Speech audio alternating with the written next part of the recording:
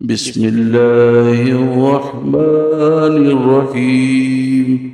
میں ضلع حصار سرسا کے دیہات کا رہائشی ہوں، اور یہ واقعہ اسی علاقہ میں ایک جنگل میں میرے ساتھ پیش آیا۔ میں گاؤں والوں کی بھیڑ بکریاں چراتا تھا، یہ ہمارا آبائی پیشہ ہے۔ ایک دن میں حسب معمول بھیڑ بکریاں جنگل میں لے کر گیا۔ ایک درخت کے نیچے چادر بچھا کر لیٹ گیا اور بھیڑ بکریوں کی نگرانی کرنے لگا۔ ابھی تھوڑی دیر ہی گزری تھی کہ فضا میں کسی ہاتھی کی چنگاڑ گونجی اور بکریاں سہم کر ادھر ادھر بھاگنے لگی۔ میں وہ غیر معمولی چنگاڑ سن کر اٹھ کھڑا ہوا۔ اسی علاقے میں ہاتھی کا کیا کام؟ پھر آواز سے لگتا تھا کہ وہ کوئی جنگلی یا پھر پاگل ہاتھی ہے۔ بھیڑ بکریاں سہم کر ایک خاردار جھاڑی کے عقب میں جمع ہوتی چلی گئی، گویا قدرتی طور پر یہ ان کا حفاظتی اقدام تھا۔ آس پاس درخت تو بے شمار تھے، لیکن کوئی بھی اتنا مضبوط نہ تھا کہ ہاتھی کی ٹکر سہار سکتا۔ میری سمجھ میں نہ آ رہا تھا کہ جاؤں تو کہاں۔ میرا ذہن اسی شش و پنج کا شکار تھا۔ زمین تھر تھرا اٹھی جیسے زلزلہ سا آ گیا۔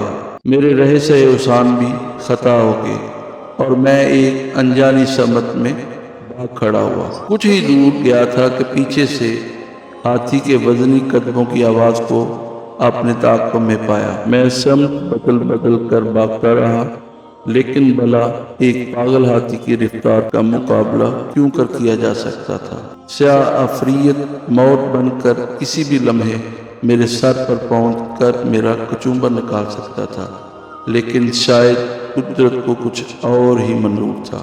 اچانک وہ گنبد نما عمارت ویرانے میں یوں ہی میرے سامنے آ گئی، جیسے زمین سے اگ گئی ہو۔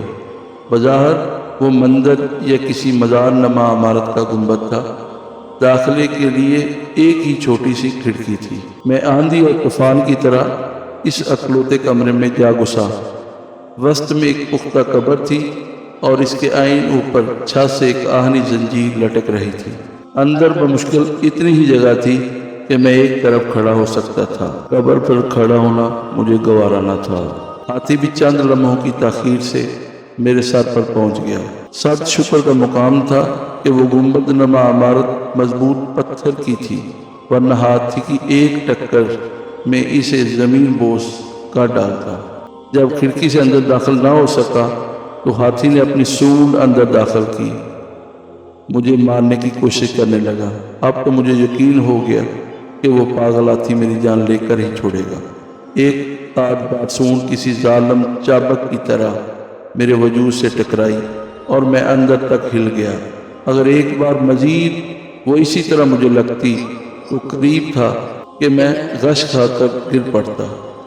اگلے ہی لمحے ایک عجیب بات ہوئی اور مجھے اپنی موت کا یقین ہو گیا کہ قبر کے اندر سے ایسی آواز آئی جیسے کوئی تکلیف سے گلا پھاڑ کر چیخ رہا ہو۔ میں اپنی کانوں سے ایسی چیخیں پہلی بار سن رہا تھا۔ اس سے پہلے کہ میرے اوسان جواب دے جاتے، قبر کے سرہانے ایک شگاف نما مقام سے ایک غیر معمولی جسامت کا سیاہ بچھو نکلا اور دیوار سے ہو کر میری جانب رینگنے لگا۔ یوں ہی بچھو قبر سے نکلا، چیخوں کا سلسلہ بھی موقوف ہو گیا۔ کوئی دوسرا انسان میری اس وقت کی کیفیت کا اندازہ نہیں لگا سکتا۔ ایک طرف پاگل ہاتھی، دوسری طرف قبر کا بچھو اور نیچے عذاب قبر سے تڑپتا نامعلوم وجود۔ میری آنکھوں کے سامنے اندھیرا چھا گیا۔ جب کچھ نہ سوجا تو چھت سے لٹکتی زنجیر کو تھام کر فضا میں جھول گیا اور اپنے وجود اس حد تک سمیٹ لیا کہ سونڈ اور بچھو دونوں کی زد سے دور ہو جاؤں۔ اب میں قبر کے عین اوپر فضا میں معلق تھا، جیسے ہاتھی کی سونڈ چکر کاٹ کر دیوار سے ٹکرائی سیاہ بچھو اس کی زد میں آ گیا۔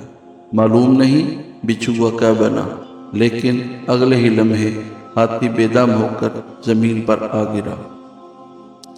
تھوڑی دیر تک فضا میں خرخراہٹ سی گونجتی رہی اور پھر ہر سو موت کا سکوت چھا گیا۔ بچھو کا بھی نام و نشان نہ تھا، شاید وہ سون لگتے ہی گر کر واپس قبر میں جا گھسا تھا، اور ہاتھی اس کے زہر کی تاب نہ لا کر جان سے ہاتھ دھو چکا تھا۔ جب مجھے یقین ہو گیا کہ ہاتھی مر چکا ہے اور اب نہیں اٹھے گا تو زنجیر چھوڑ کر نیچے اتر آیا۔ جو ہی میں نے کھڑکی نما راستے سے باہر نکلنا چاہا تو مجھ پر یہ انکشاف ہوا کہ ہاتھی یوں آڑا ترچھا پڑا تھا کہ مجھے اسے پار کرنے کے لیے اس کے اوپر قدم جمانا تھا۔ تمام تر خوف کے باوجود میں اس مقام سے دور جانا چاہتا تھا۔ اس کے لیے مردہ ہاتھی کے وجود سے قدم جما کر گزرنے کے سوا کوئی چارہ نہ تھا۔ ہاتھی کا دیو ہیکل وجود اس قدر ہے بدناک تھا کہ اس کی موت کے یقین ہو جانے کے باوجود اس کے اوپر پاؤں رکھنے کی مجھے ہمت نہیں ہو رہی تھی۔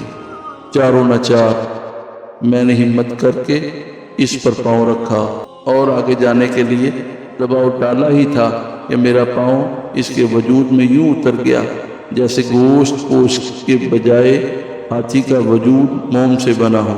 اگلے ہی لمحے میں اپنے پاؤں گھسیٹ کر ہی جست میں اس طرح ہاتھی کو پار کر گیا کہ میرا دوسرا قدم اس کے وجود سے مس بھی نہ ہو۔ لیکن اس ایک لمحے میں مجھ پر جو قیامت بیتی وہ قیامت تک کے لیے مجھے نمونہ عبرت بنا گئی۔ میں آج بھی اپنی ٹانگ میں نظر ڈالتا ہوں تو وہ سارا منظر میری آنکھوں کے سامنے یوں تازہ ہو جاتا ہے جیسے کل کی بات ہو۔ اتنا کہہ کر اس نے اپنی دائیں ٹانگ سے دھوتی کا پلو پر کو سرکایا اور دیکھنے والوں نے بے اختیار اپنی آنکھیں بند کر لی۔ گھٹنے سے ٹخنے تک گوشت کا نام و نشان تک نہ تھا۔ سیاہی مائل ہڈی کے نام پر اس کی بوسیدہ ٹانگ سب کے سامنے تھی۔ پاؤں کا باقی حصہ شاید جوتے نے ڈانپ رکھا تھا۔ گھٹنے سے نیچے پیپ کا غبار بھی صاف دیکھا جا سکتا تھا۔ قبر کے اس بچھو میں اتنا سریع الاثر زہر تھا کہ ہاتھی کو اسے چھو جانا ہی نہ صرف ہاتھی کا وجود پانی پانی کر گیا بلکہ اس چرواہے کی ٹانگ کو بھی دوسروں کے لیے درس عبرت بنا گیا۔ خدا جانے صاحب قبر کو قیامت تک بھی کتنا عذاب جھیلنا تھا۔ اس ویڈیو کو لائک، شیئر اور سبسکرائب ضرور کریں۔